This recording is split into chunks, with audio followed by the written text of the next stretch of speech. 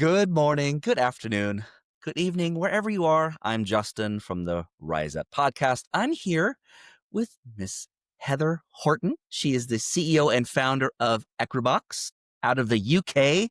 They are a leading full service e-commerce agency. She's an investor. You are a keynote speaker. You are a mentor to female entrepreneurs. You are a woman of all trades. So Heather, welcome to the Rise Up podcast. Appreciate you carving out some time with me today. Thanks so much, Justin. I'm glad to be here. All right. Give me the lay of the land. Tell me all about Ecrubox. How did this whole thing start? How did you get into it? I know you're out of the you're based out of the UK, but you're from the United States. Like get everybody up to speed on all that. Okay. So I was living in the US, as you've said. I am from Indiana in the Midwest originally. And I moved over to the UK, married a British guy who I met in 2006, moved over here in 2009, though. And at the time, I had quite a few clients in the States still who I was doing a lot of freelance writing for. And SEO writing was really picking up at the time. And that SEO writing, as you probably remember it, was like very much keyword stuffing, H1, H2 tags, body tags, etc.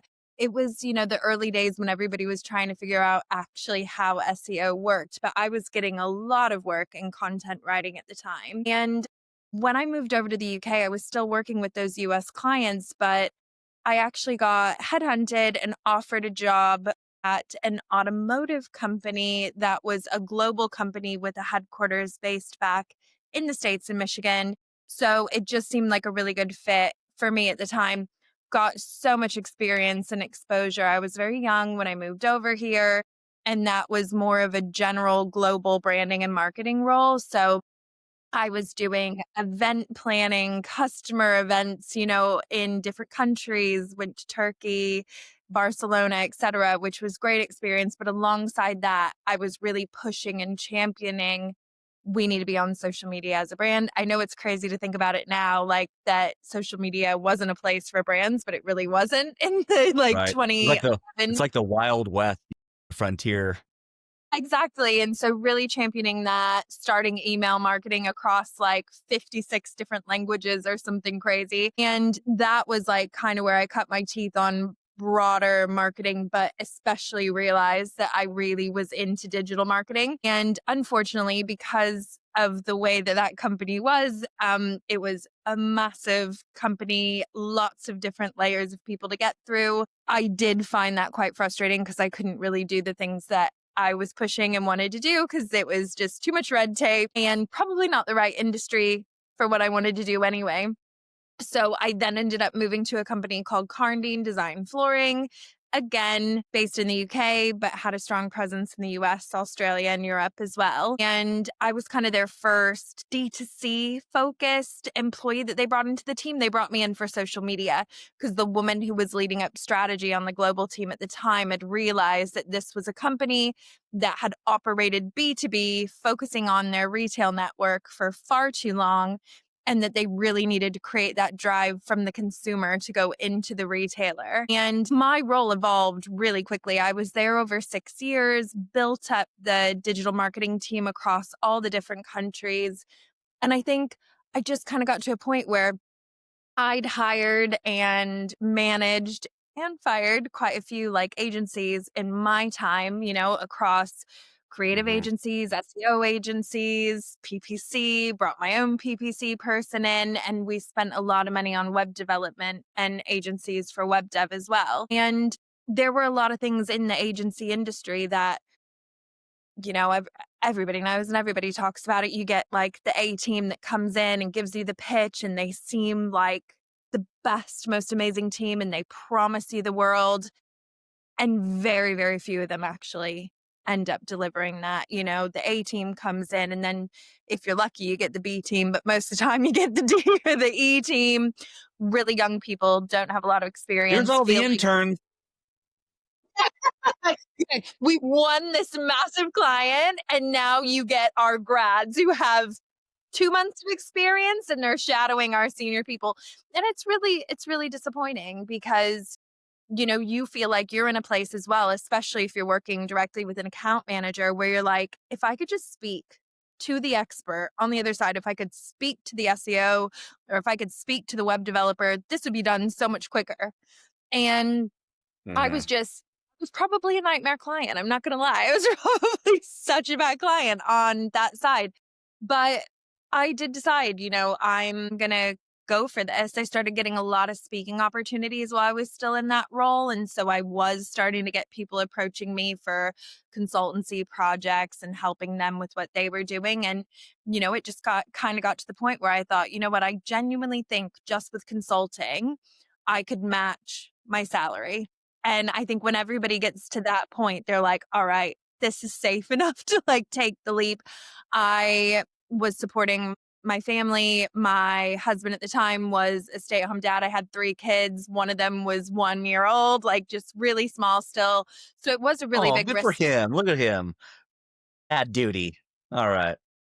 It was it was a big risk to take at the time, but it all paid off. I mean, very quickly, we got quite big retainers from big brands like Brompton Bicycle, the foldable bicycle brand, and a company called Milliken up north in Wigan. And kind of hit on a niche, I think, that I had a lot of experience of working with global brands and specifically working with global brands in a digital Hmm. marketing landscape, working out exactly what needs to be done to, operate online in multiple different regions. And so, yeah, we hired our first employees within a couple of months and then just grew really, really quickly after that. Had a peak, and a lot of agencies had a peak around COVID when everybody went, God, we can't really do physical stuff anymore in events. So let's just put a bunch of money and redo our website, give everybody a project to do Yeah. during COVID. Yeah. And so we hired a lot of people during that time. A lot of people I had to hire, online. Hadn't even seen them until they walked in, and I was like, "Wow, you're 6'5"? I did not realize that when I interviewed you." But yeah, it's been a really exciting journey, and I've had to hire and bring people in along the way because we're coming up to 8 years now who have come from other agencies because starting an agency, not having any experience of working in an agency before Hmm. means that I've done things in a non-agency way, but sometimes you're like, okay, we really do need that agency experience in here as well and someone to Yeah. kind of level me out and make sure that, we are doing the things that need to be done as standard while still pushing the boundaries a little bit and being different. Yeah. So right now, or maybe the last couple of years, do you have a particular with Ecrubox? Do you have a particular niche that you guys work within, or type of clients that you typically take on? Like, what's your scope of work, or are you kind of like whatever? We are definitely not kinda like, whatever. At the beginning, Okay. we were, though, Justin. At the beginning, it was like, anyone who will give us money for whatever service they want us to do, and I think that is classic kinda startup agency world, it's like, you run a recruitment agency? Okay, we'll figure out how to get you, some Yeah. more Yeah. recruitment agency. But we did learn over time that our niche is definitely in e-commerce. Our niche is in e-commerce for brands that are really focused on their D2C. A lot of them do have wholesale as well. They'll be selling through Net-a-Porter or, for our FMCG clients, selling through Boots or Ocado, et cetera. But mainly they're focused on growth direct to consumer and owning their own, customer data and customer experience. And most of them are in more of a premium and luxury space in whatever their industry is. And that for us has definitely been a niche we've hit on. Even we work with a nappy brand called Kit and Kin. They're not in the States just yet, so you probably haven't heard of them, but they're kind of co-founded by Emma Bunton, Baby Spice from the Spice Girls. So All right. her nappy brand is eco and it's premium, and it really speaks to a lot of our values as well as an agency. So yeah, that is kind of our niche that we have right now. But because the team is split between a digital marketing and strategy team on all of the marketing channel side of things and a really strong development team as well, we do have the ability to work with clients where we can do all of the strategy side of things, but then we can also implement it on the site, do the CRO, the UX, the design, and the web build. And I think that's made us quite unique as a partner for the clients that we work with. That's amazing. Okay, I'd like to, if it's okay, I'd like to kind of shift a little bit into you as a leader, as a female entrepreneur, as a CEO, founder of this agency of Ecrubox. Like, let's start off, what does a typical day look like for you? Oh God. You know what? I'm going to give the answer that everybody always does and go, no day is the same.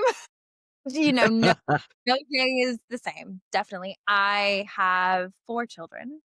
And they're all very different ages and keep me very busy. And I also have, the agency, which is like the fifth baby, and all of the employees in the team that I work with here. So, yeah, every day is very busy and very different. But my day is a mix of the family side of things, the agency work, but also, as you mentioned when you introduced me, which was a very overly kind introduction, by the way.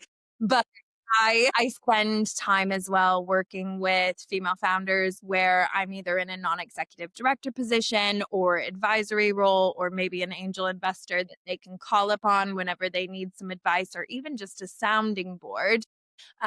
But yeah, my days are structured very differently. So it's a mix of client calls, new business calls when we have potential leads for the agency, but then also the great thing about being an entrepreneur is if I need to go to a school assembly or I need to, go and pick my child up or have a meeting at the school, I have that flexibility to do that as well. And, my kids have seen me driving, picking them up from school, everybody quiet because I'm on a conference call, through Bluetooth on I've the been call. there. And I know exactly what you mean. it's a lot of Everybody. multitasking. Yeah. I have a quick funny story about that. Early on in my career, I had an ultra luxury watch client. I mean, it's like we're talking $25,000 US up to half a million plus per watch. And I was building the brand for them. And I was on a call early on in the contract. And I had just moved into a house and my internet was just barely, connected because I literally just moved, that weekend. So I had a call on Monday. So I'm on a call with like design team from Jaguar. I'm on all this conference call with all these like really, high profile people, the CEO, the director, like the right hand woman to the CEO, like all these people. And my son, who's like probably 9 at the time, no, 7 at the time, he comes walking in the room behind me. And I'm in my kid's bedroom because that's where the only internet was at. Quiet place in the Yeah. house at the time. Yeah. So he comes in the bedroom, goes into the bathroom, and just goes for it, and then he goes, "Hey, Dad, did you hear that?" So proud. You were so proud, Justin. Oh my gosh, I was like, okay, everyone on the call heard it. It was just one of those things. The growing pains of being an entrepreneur, I guess. Yeah. But yeah, Yes, I know it. I know it well. We yeah. once over lockdown, my middle son, who must have been so over lockdown, he was about 7 as well at the time. And the computer was left open and he went onto Slack on one of our beauty client Slack channels and sent a Slack message that said, "This business, something like this business is crap." And all of a sudden, I got all these phone calls. My phone was blowing up with the whole team going, "You've been hacked. Something's happened. You need to delete the message on the client Slack channel." And it was easy. Man, I love it. Being a parent, I love it. It's full of surprises sometimes, right? So, okay, so I like to dive into this a little bit more. I mean, you're balancing a lot, right? You're running an agency, you're a mama, you're, a spouse. How do you find time for you? It is hard to find that time, but I think the important thing is just really, really leaning on my partner, and he is absolutely amazing. He's really good at making sure that if he can see the signs that I really need a break or I need time, that he makes sure that I have that time. And I know and trust that he has everything handled. So that partnership is so important for me.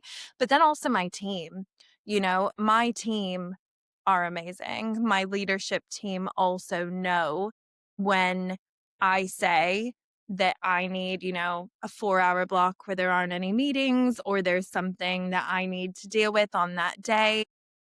If you would have asked me, 5 years ago, if I would trust to just take a whole day off and go do something because I just needed to focus on something personal or I needed to work on one of my advisory projects, I wouldn't have had the team to be able to trust that they could handle everything all day, and I would have had my phone glued to my hand and checking all my messages and making sure everything was fine. That's not the case anymore. I have really, really trusted people on the team, especially in leadership, and I know that they'll respect that boundary as well, and I don't panic and wait for those calls anymore. So, yeah, I feel like I have gotten to a point now where I know and can manage my life a little bit better when I do need to take some time for me and slow down a little bit. So what are some of the, as you're mentoring other female entrepreneurs and being a part, outside of the agency, what are some of the things that you have learned as a female entrepreneur, you know, that you pass along, or some lessons that you've learned along the way that you could really somebody could really learn from? Yeah, I think what I've learned from the conversations that I've had with other female entrepreneurs, and not necessarily just from my own experience, is that very often we are really overly hard on ourselves when it comes to failure. We really, really don't want to fail if we start a business, if we hire someone, if we enter a partnership with another company, not to be sexist in any way whatsoever, but we have all worked with a lot of people of both genders. And I don't find that women tend to be as cutthroat as men can be when it comes to making those more difficult business decisions, ending contracts, having difficult conversations with employees, etc. And I think that there's so many benefits in having more empathy, having a higher EQ in general. There's a lot of benefits of the way that women do business and the fact that we're able to, you know, do the difficult things, but still do it with that care as well. And, I'm not that men in business can't do this. I work with a lot of men in business who have a very high EQ and are good as well. But I think women in general tend to lean towards that direction a little bit better. But also, finance seems to be a real sticking point for women. We tend to like to bootstrap our businesses. We get very scared about going out for investment and the impact that investors can have on our businesses. And that fear comes from a very real place, from women who have been burnt by investors who have come in, given money, but tried too much to get involved and put a lot of pressure on the numbers and the profitability, which means that sometimes the things that are important to us are not as Mm. important to the investor. And we end up making decisions that we don't want to make because of that investor and financial pressure. So that is difficult as well. And I know you've seen all the numbers and you've seen all the stats about the fact that female founded businesses don't get as much VC funding. They get about 2% of overall angel funding. I think this isn't just because of the fact that angels and investors are choosing to invest more in male founded businesses, but overall, there aren't as many female founded businesses. And for those that are there, there is this fear there of going out and doing the pitches to investors. And I very often get told when I am in investment rounds that I'm the only woman who they've spoken to. We've pitched to loads of people, and you're actually the only female Mm. investor that we've pitched to. That for me is quite sad too, because I think that there should be more women on both sides of the table, not just the Mhm. founders who are looking for money, but also the women who are looking to invest in these female founded businesses as well. But yeah, I think those are kind of the main things that I've learned in my journey as a female entrepreneur, but also working with a lot of other women as well. Mm. Are you seeing kind of on this is a kind of a two-pronged question. What shifts are you seeing in the e-commerce digital landscape of, the agency work that you do? And then touching on more of a female-led, either on the VC side or as entrepreneurs yourself, what kind of shifts are you seeing in the industry? Are you seeing more of that or like kind of I know I'm asking two completely different one question for But two completely different things. So, you got me? Okay. yeah, yeah, we'll go with that. I may not answer it perfectly, but what I understand from it. So, I mean, in terms of shifts in the industry in kind of e-com overall, but especially in the fashion, FMCG, and beauty space, there are a lot of female founded businesses, which is natural because there's a lot of people who, are women who've decided, like me, that they need more financial freedom and that working for a company does not give you that flexibility and freedom that you need. So they are smart, clever women who come up with products, and those products, get brought to market through e-commerce, which is natural. But I think in terms of shifts that I'm seeing is a lot of people kind of started out going wide with selling through as many channels as they possibly could. Let's go on Amazon, let's go on eBay, some of them on Etsy, but then also going in store and as many retailers as they could get into, landing Boots and in the States, getting into Target, Ulta, etc. And I think the era now of having a strategy that does prioritize that consumer relationship between the brand and the customer of D2C, that has been the biggest Mhm. shift that I've seen, that I'm continuing to see, which is, yes, we're gonna continue to go down the wholesale route and even use, the marketplaces, but actually where we wanna grow and where we want to focus primarily is on having a relationship with the customer directly as a brand. You don't get data from Amazon of who you've sold to. You're not going to get the data of Target's customer if you sold your product in Target, but you will get the data if they buy directly through your .com website. And that is really important because we're kind of moving away from the CPA, so the cost to acquire that customer versus just a one-off single purchase wherever you can get it from, an importance on that lifetime value. And to get that lifetime value and actually track it, you need to make You the need the sale. data. With that, Yeah, you need you the need the data. data. Yeah. Um, what has impacted like, what do you feel like this trend has impacted your business growth as an agency, or are you kinda leading the pack in that kinda mindset shift? Yeah, so I think one thing that's majorly changed with our agency, and this is aside from that, because I do feel like we talk about this a lot. We've been talking about it for a couple years now, pretty much as soon as, Safari and Google Chrome and everyone started talking about getting rid of third party data and third party cookies and focusing on first party. We were one of the first ones to be out there saying, no, no, no. You guys need to own your community. You need to create your own walls, talking to clients about logins and apps and additional functionality, anything that you can have so that you have that data, you have that app that's on their home screen on their phone, became really important to us a couple years ago.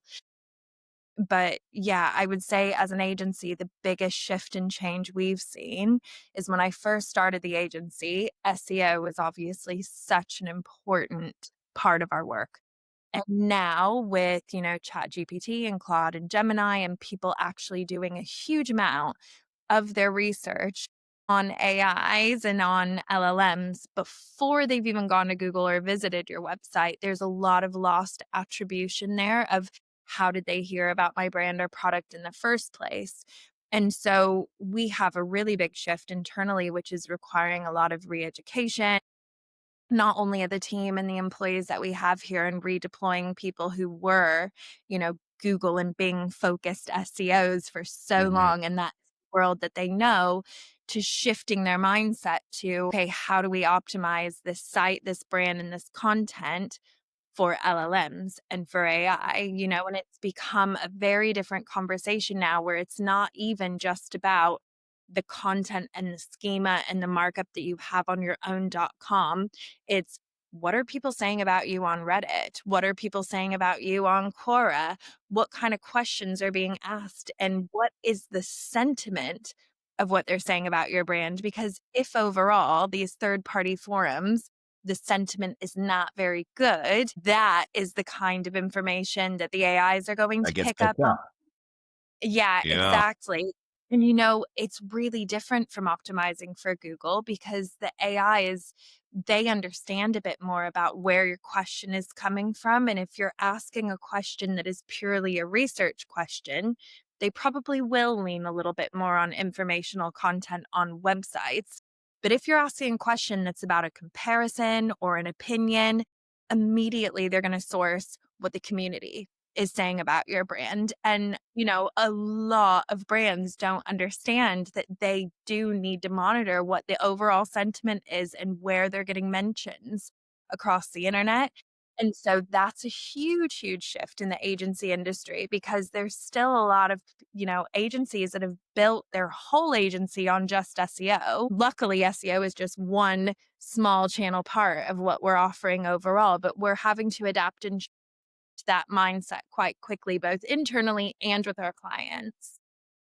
Do you what is one thing, okay, so if somebody's watching this or hearing this conversation and they have a luxury brand, they're trying to navigate this shift in this landscape that we're in these days. What is one of the biggest things that you would recommend that they do right away? Yeah. So right away, I would go and do some research on your own brand. Where are you getting mentioned right now? What are people saying about you overall in those areas where you're being mentioned? Even just go on Reddit and start looking on Reddit for it to see what you can find.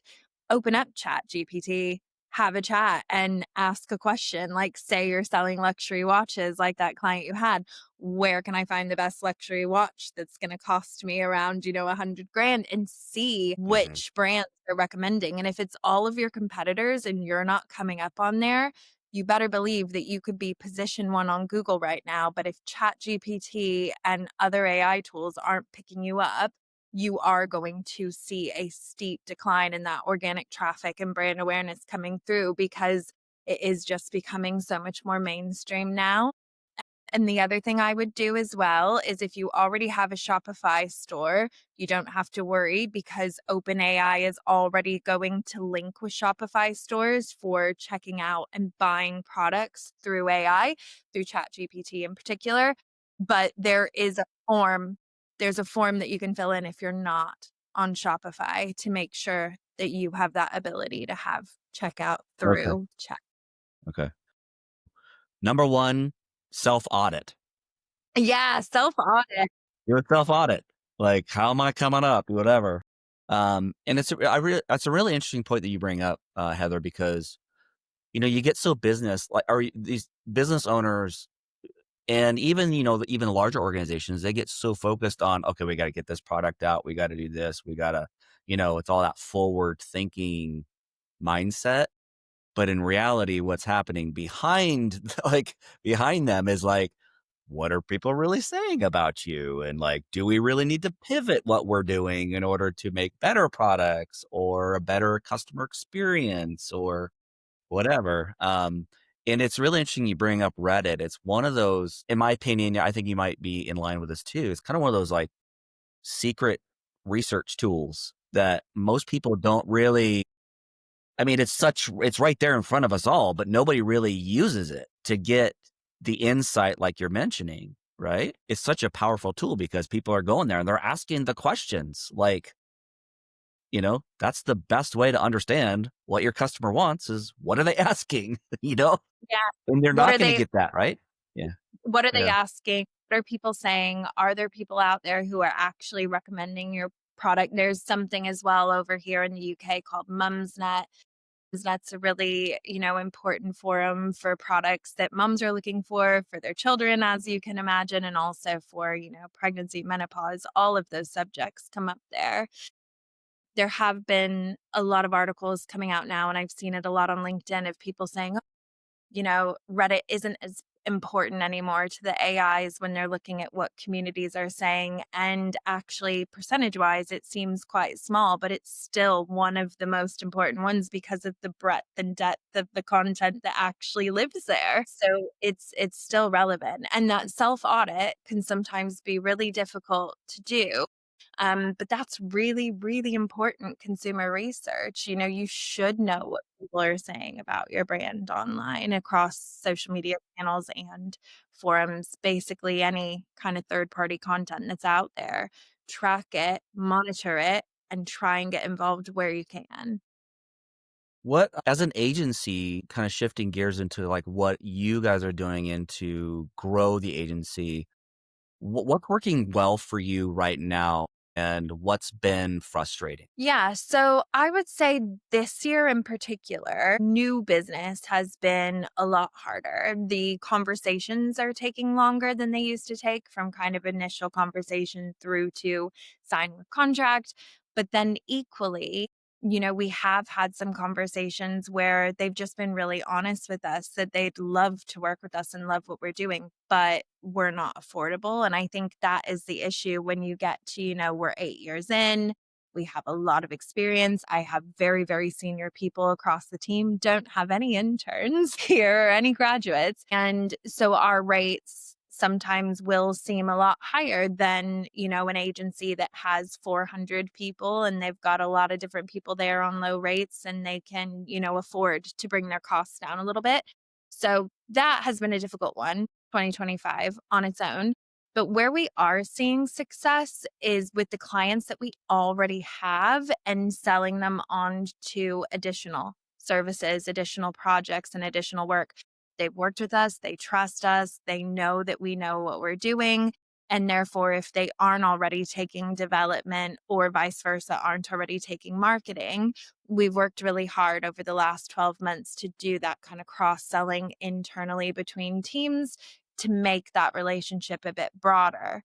And Mhm. that's great because it means we get closer to the client. We become a lot more like their extended team, which is our focus and our point. And it's actually meant that our senior leadership team, we've all sat together and we've gone, you know what? Should we be this focused by design? Like, should we just work with clients where we can cover this wide breadth of work and be a quality focused like partner where we aren't out there constantly like other agencies seeking inbound leads and calling people and trying to get the next contract signed. We get the Mhm. contract signed and we almost in an ideal world have a waiting list of people who are waiting to be in, to have that capacity and have that time to bring them on and onboard them and help to grow their business. And that is ideally, I think, where we're going to now, being more consultative, more focused on a smaller group of clients, but across a wider breadth of work. Yeah, so it's a question, or it's a dichotomy of quantity versus quality, Exactly. right? And you're both more focused on, okay, we have these clients, we do great work for them. Let's go deeper with them to help them truly expand on their business model. And I'll and I'll touch on one thing, by the way. Whenever somebody, I've had this in the past, like, you're too expensive, right? We can't afford you. Yeah. Typically what happens if somebody's listening to this and you own a business and you have that thought, typically what happens is, a what you're paying for is, number one, is experience. You're cutting to the chase or getting to the end result a lot quicker than if you were to hire somebody who's cheaper and you go the long way to get there. With a It's less so true. quality team, you got the interns in the background, you got the, and then at some point you realize we spent twice as much as we would have paid We Ecrubox to do the gone with work. in the first place. You know what I mean? Like, I know. I've run into that in the agency world I used to work in, and then in my own journey, and I imagine you probably have had that experience too. So, Yeah, definitely. yeah. So if you're listening to this and you have that thought, just pay the money. It's well worth it. Just pay the money because it is really frustrating as well. Because sometimes, Justin, I'm sure you've had this as well, they almost sit there on hold thinking you're suddenly gonna match the other agency's costs, and it's like, "No, that's not how this works." Like, you either, pay what the value is of the services that we're offering and what our other clients are already paying, or, if you genuinely can't or don't want to, then, call us when it fails. Or here's another agency that might work for your budget, but I applaud you for staying true to the quality that you deliver, and it's really easy as a business owner, and I'm projecting here, but it's really easy to just be like, okay, I guess we'll discount it, for this first contract or whatever.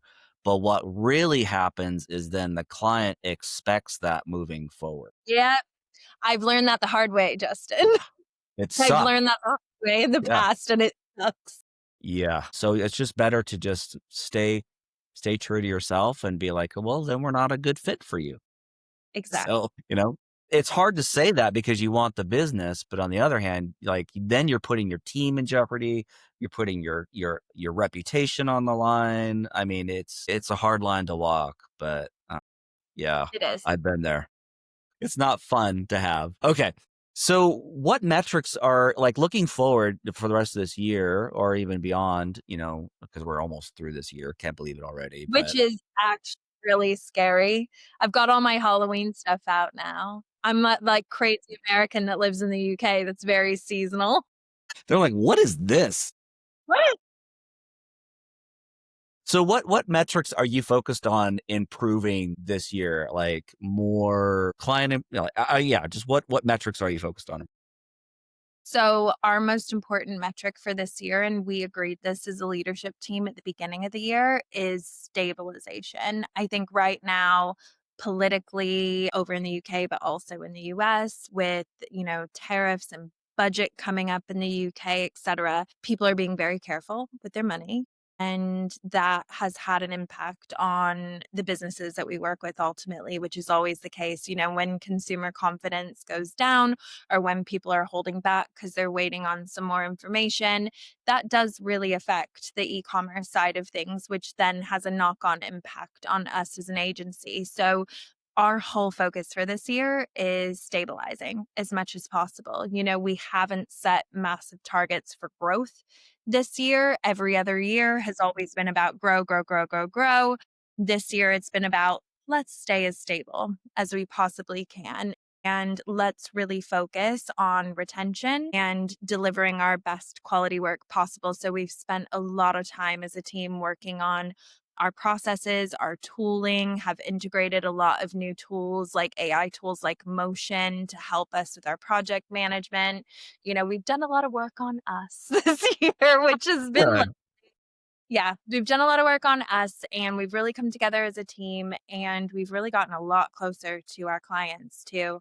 And I think another metric that we're really paying attention to is our ratings and reviews and kind of client happiness, as we call it as well, is really important this year. Always important. It always has been every year, but in particular now it is because we're putting so much more time and energy and effort way beyond actually a lot of the scopes that we have for projects to over deliver for our clients this year. So keeping an eye on, the temperature of how happy they are with us has been really important too. Awesome. And so where do you want to be like, 6, 12 months from now? So if we're having this conversation, you know, October 7th, this is the day that we're shooting this thing. Where like a year from now, like where do you want to be? Like what's your vision for Yeah. the next year? Yeah. So, well, this is very her next move, what we're focusing on our podcast. Where do I want the agency to be? So, I do in the next 12 months expect and want things to start to pick up. in the market and consumer confidence hopefully to start to get better and the e-com industry start to pick up a bit more. And ideally, yeah, we'll be in a place where we are focusing again in the next 6 months or so on going out there and opening ourselves up to more clients versus just the retention focus. We have a great team. We have capacity right now as well, which is quite rare because we haven't for the last 8 years. But, I do feel quite lucky that we have managed to stay stable through a time where sadly, I know the agency industry is really struggling. There's a lot of redundancies. There's a lot of agencies that, have lost massive contracts and clients. And touch wood, we've been very lucky and we've stayed very stable. So I cannot complain. But I would be lying if I said I wanted another year of just stable. I do want to get back to growing again. I do want to bring that hunger back to the team once we've gotten through this point. So yes, we're going to be growing. We are going to be focusing on that. And, the podcast, a big part of that, because you mentioned it at the beginning, is the fact that, ultimately, hopefully, there will be some relationships that we can build off the back of that as well, and awareness that we get from the podcast. So we have another season that we're going to start filming in January. So that's really exciting too. Oh, right. Well, I'm looking forward to seeing how that plays out. And I mean, it's really interesting that you bring up the more the stabilization. I think it's it's just okay, we got to ride out this season that Yeah. we're in right now, but you can't obviously stay there forever, right? No. And so yeah, hopeful too that, client, you know, uh, customer purchasing and all that stuff kind of starts to on be on the rise again. Do you think that's more of a global issue, or do you think it's a like UK issue or United States issue? Like, how would you categorize that? So I would say overall, I mean, obviously, right now it is a UK issue, also seeing it in the US, but slightly less than we're seeing it in the UK. I mean, we obviously have a lot of clients who sit across both, and we are still seeing a bigger basket value from our US customers overall. They'll buy more products and spend more in one purchase than we're seeing from our UK customers. But, there's a lot of changes as well. We're seeing a lot more footfall traffic coming into retail. So, we're 5 years out of COVID. That's starting to reinvigorate again. So, there's a lot of really good reasons why e-com is looking a little less stable this year than it has in previous years. It's just making sure that we're, staying focused on where we're seeing the and why, and then adapting in whatever way we need to keep the digital channel strong. But as an agency, as I've mentioned throughout this call and our discussion, we're introducing new services over the next 6 to 12 months. We are going to focus on what we're calling AIO, which is the AI optimization, and probably won't be going to our clients saying, please hire us for SEO, because we want them to focus on the new way consumers are searching, researching, and, finding new brands. So, you know, we're staying very alert to what's going on in the market and making those adjustments over time, which I think is really exciting. That is really exciting, and the shift that you mentioned with the AIO, that's the first time I've actually heard that acronym, but I know exactly what you mean. But it's being at the forefront of that. So again, if you're watching this and you have a brand, like talk to Heather and her team, she'll help you. You got to be you got to change with the times. That's the world that we're in right now. Uh, It is. okay, I have a couple questions for you left here. I have a feeling you and I could talk for like a long time on stuff, I know, but we really could. I have a couple more reflective questions.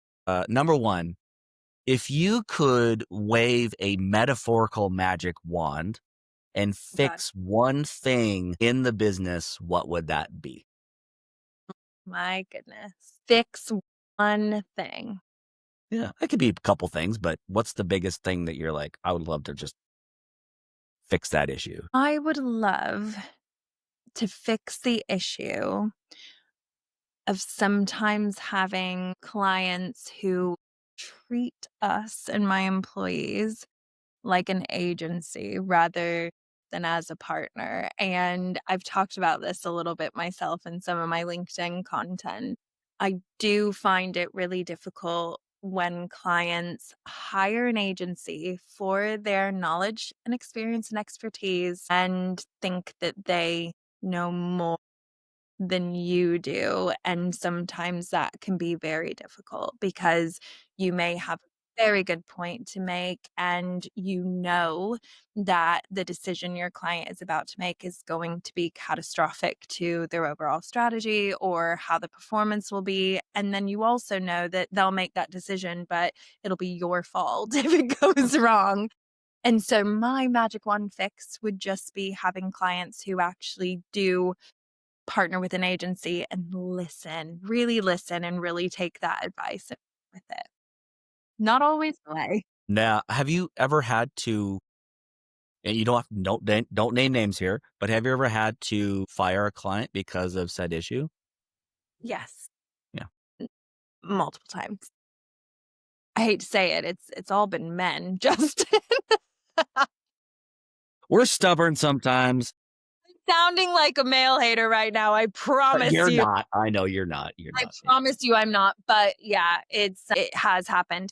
But it's normally been not just because they've been really difficult in not taking our advice, but they've actually been quite verbally abusive sometimes to staff. And I think from my side, I've made it really Mm. clear as a founder to my team and also to my clients that we have really strong boundaries and there's no client contract retainer amount of money that I'm willing to take to allow someone to treat my staff really badly. Yep. Very fair. I've been in those situations too. You're like, it's almost like in some ways when you're with the agency client partnership, sometimes the agency takes on a parent role. Yeah. And you're like, okay, you can make that decision. It's going to be XYZ. And then they do it. And then it becomes XYZ. But you're right. The unfortunate backlash is that it's your fault. Yeah, exactly. There's no "I told you so" moment that you can have Yeah, with there's no those "I clients. told you so." So it's a tricky line to walk there. So, okay, another kind of more reflective question. You said 8 years you've been in the Yeah, agency? it'll Okay. 8 years in November. Okay. So, yeah, coming up on that. Look at that. Looking back over the last 8 years, knowing what you know now, what would be one thing you would tell your younger self, piece of advice you would give your younger self? Piece of advice I would give my younger self looking back now would be to constantly remind myself that it's really not that deep. We are a marketing and web development agency. We are not out there saving lives. This isn't like life critical work that we are doing. It is important, no doubt, but the amount of stress that I caused not only myself, but also some of my team, especially in the early years of the startup, out of pure panic and worry about very minor things on reflection. I have now learned how to stay calm and steady through crisis, which gets the best out of my team, but also keeps us all from losing our minds. And I wish, with hindsight, that this version of me that is able to stay calm and collected through a crisis and deal with that so much better with clients and team. I wish I had that skill at the beginning when I started the Mm, agency. mm. That's great insight. Because it is hard, and it's hard. I mean, the journey, building a team that you've built over time and dealing with customers and probably even owning sometimes like when you know, owning an agency myself, you own the client. Like you own the client relationship. You take it on as part of you. At least this is what I do. I'm not Same, saying that you do that. same, Justin, same. You know what I mean? So that if you feel you're not doing XYZ or you're not living up to it or whatever, it just impacts you from a personal standpoint, It and it really can does. just make you fluctuate like everywhere. Like, It you really know? it really does. And I don't know if you had the same, but when that impact of, oh my gosh, something has gone really wrong and you take it so personally and you almost feel like it's your brand because you're so responsible for it. But you carry that home too, and you also have children, and if I'm stressed and I'm worried and I'm checking my phone and my kids pick up on that tension, it's Yeah. not good. And, I've learned a lot from that, and that was something that I've had to learn about myself and change through my own, mentoring that I've had from other people as Yeah. well. That's great piece of advice. I'm taking it to heart. So thank you so much for enlightening me and sharing with me. I have one final question, which is not really reflective. It's more of a giving you the floor. How do people get in touch with you? Are you going to be at an upcoming event? Do you have anything coming up that you're going to be at? What's going on? Yeah, so you can find me on LinkedIn, Heather Horton on LinkedIn, also ecrubox.com or heatherrenehorton.com. But yeah, on Thursday this week, I'm going to be in Manchester in the UK at the Fashion Summit. I am talking about rising digital acquisition costs in a panel at the Fashion Summit. Then next week, I am hosting a female founders dinner. So I started a network about 3 or 4 years ago called Female Founders London. And we're doing a roundtable event with 10 specially hand selected female founders. So that's Awesome. next in London. And anyone who's interested in that group, whether you're in US, UK, it doesn't matter, please look up Female Founders London. You can look at the website or follow us on LinkedIn.